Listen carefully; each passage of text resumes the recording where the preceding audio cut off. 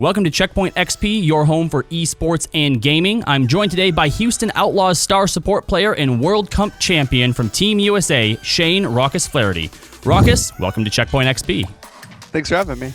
Now, you are a three-time member of Team USA. You started for the first time all the way back in 2017, and then obviously again as well in 2018. But you guys were knocked out of each of those tournaments by South Korea, who's been a juggernaut in years past. This year, though, you didn't just beat them once, you did it twice and only dropped a single map. What was the difference maker this year, in your opinion? So, I think the best way I can explain this was, in 2017, we were really like underdogs. No one really like believed in us, kind of. People thought we would not even make it to like the BlizzCon itself, like even in the group stages, but we were proving people wrong. And we were extremely confident against South Korea going up then. And like we fell short. We won the first map. We had like momentum, but we ended up falling short.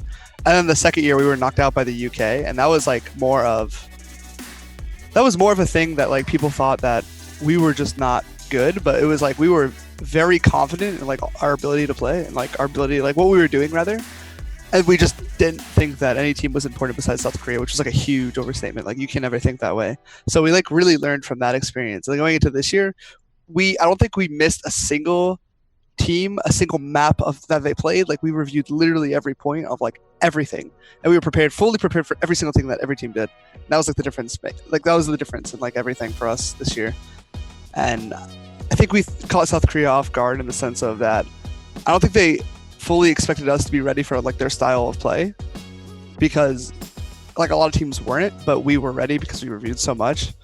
And I think that was like the big difference maker, I guess. Like we were just completely confident one map at a time and not getting ahead of ourselves, because we, in order to have like a World Cup like we did this year, to only drop one map, is that you really have to be prepared. You can't really fool around. You can't have any mistakes. You can't think that like your strat is, okay. It has to be good enough to win every single time. Like it has to be perfect. Now with the way that the World Cup was structured this year, having all of the play being done the weekend of instead of the stages leading up to it, do you think that helped in any way, or did that make it tougher being able to study your opponents?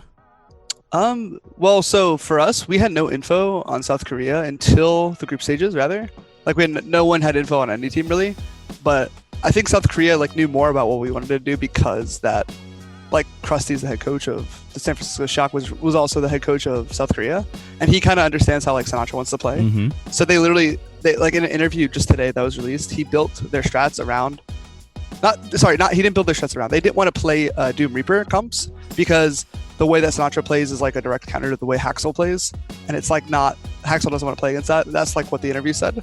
So I mean, it kind of made sense why they were going in like a different route, because like I think Sinatra's style of Doomfist is like by far the best. He's like by far the best Doomfist, and it's like super hard to play against that kind of style. And I feel like that was like a big reason why we were able to like dominate so hard, because the aggression style of like the current meta is like the way to play, and a lot of people weren't playing that way. So now, there's always been a lot of pressure, not obviously just to win the gold at the World Cup, but to also defeat South Korea, which historically for the USA was always a match leading up to the finals. So can you give us an idea of what the mindset of the team was after that win, in knowing you'd have to face them a second time in semifinals?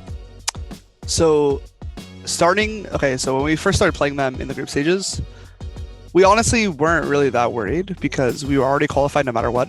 We were already the number one seed and qualified because we were 9-0, and South Korea already lost a bunch of maps. So even if they 3-0'd us, we were still the number one seed.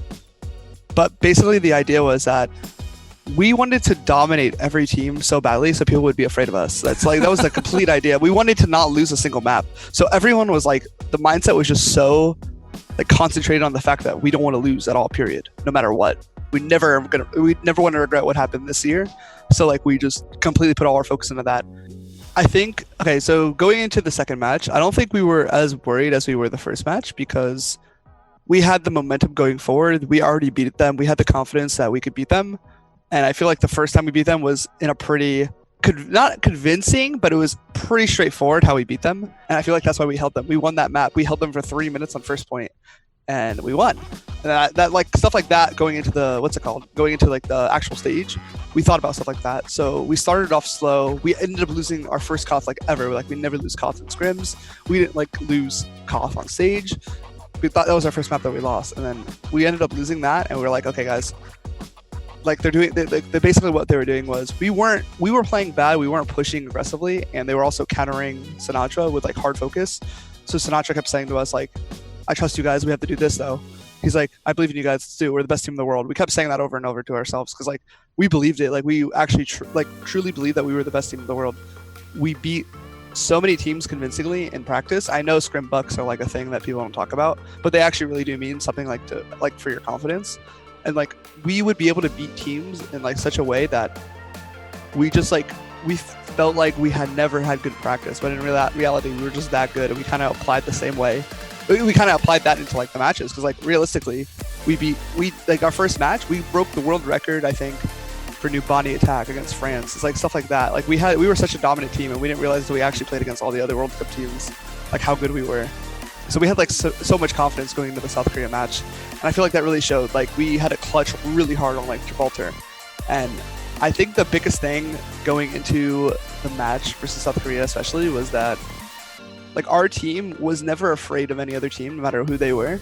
It doesn't matter like what the other team is, doesn't matter who they have.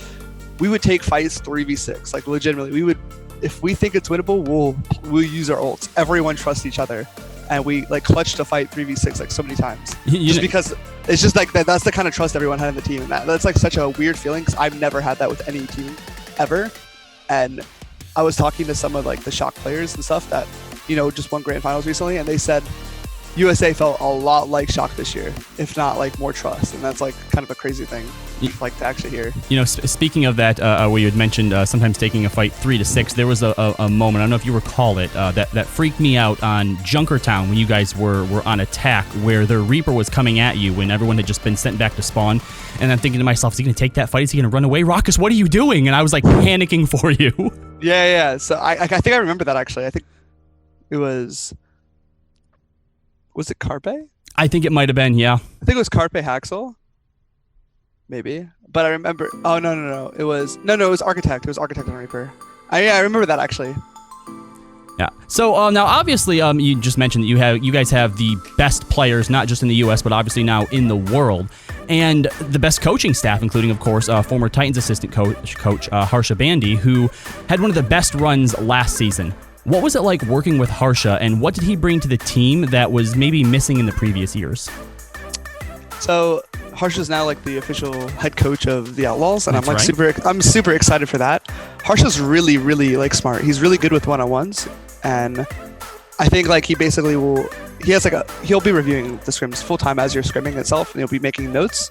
And I think that what he was really good at with me personally was if I was making mistakes or he sees me doing like a thing that I have like a habit of doing, he'll be like, you have a habit of doing this. He's like, you need to stop doing that. Like stuff like that. He'll like point it out, give you like an example of like multiple examples, not just one, but like multiple ones. And I'm like, wow, I really do have a habit of that. It, like helps you realize as a player that you can't be doing that because they're obviously pointing it out. They're trying to help you.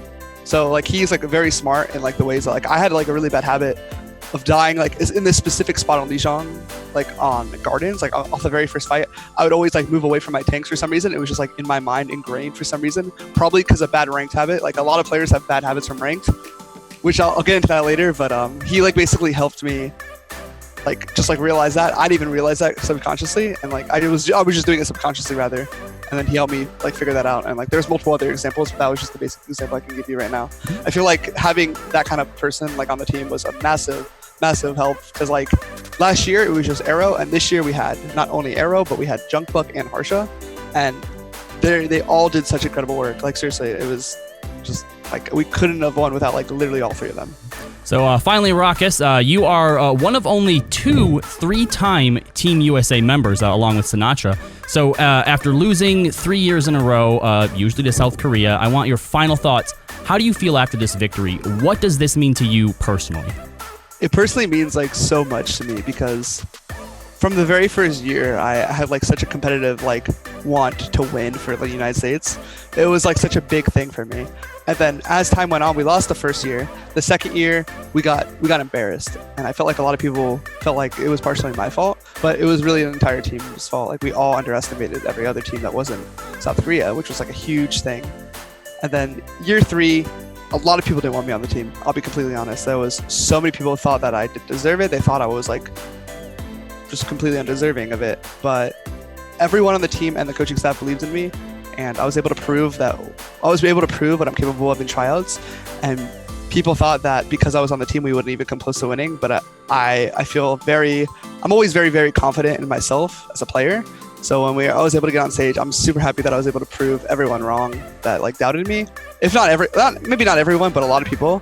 And like, it feels really good that after I finally got another opportunity to actually do it and actually win the World Cup with the player that I started, my first year World Cup, Sinatra. Because Sinatra also like had a lot of people against him for, many years. And until he won grand finals, now everyone, stuff like that. So I feel like maybe this might be like the start for me to like be able to prove other people wrong as well. So it means the world that like I was given this chance, honestly. And I'm excited to see, where I go next. Cause I don't know how to explain it. It's very new to me that I've won something, because I've never won anything ever in my life, like for like at least Overwatch rather. Sorry. So just winning something, especially the World Cup, the biggest thing for me personally, is like just crazy. It's a crazy feeling. Well, Rawkus, thank you so much for joining us today and for talking with us about your victory at the Overwatch World Cup. Thank you so much.